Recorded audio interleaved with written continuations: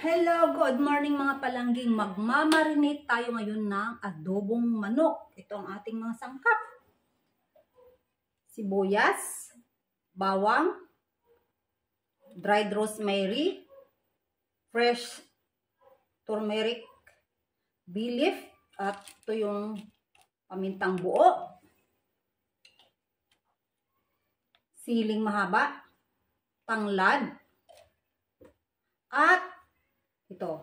Ano ito? Ito ay sintures, kung tawagin nila dito, o yung dalandan. Yan ang ating mga sangkap. At ito pa, chili flakes, sukang tuba, asin, Spanish paprika, ito ay cumin, at cayenne.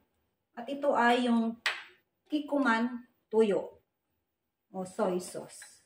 Ayan, mag-marinate na tayo.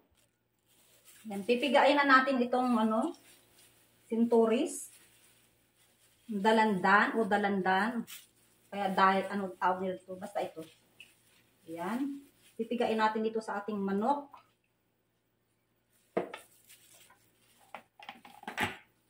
Lagyan natin ng tuyo.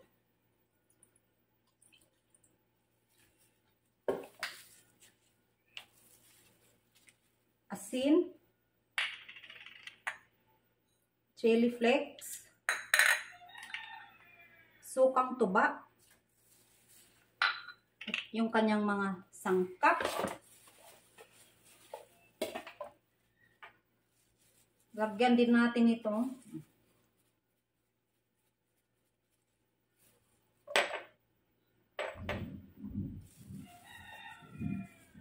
Cumin,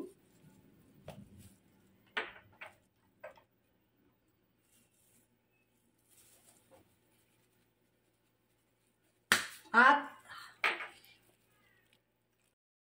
ito na, halu-haluin na natin ang mga sangkap para mag-incorporate ang mga ingredients dyan sa manok. Hinugasan ko ito ng 2 beses ko siyang kinusot sa asin at nilamas, at saka nilagyan ko rin ng suka. Nilamas ko rin sa suka kasi mas yung amoy niya kanina, strong, malansa. Para matanggal ang lansa, kaya nilamas ko ito sa asin ng 2 beses at suka. Ayan, okay na ito. Na natin, i-marinate, iiwanan natin ito ng ilang oras.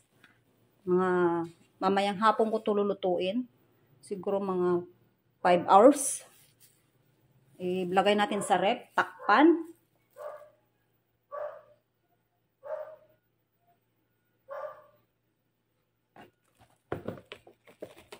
Takpan natin yan at ilagay sa ref.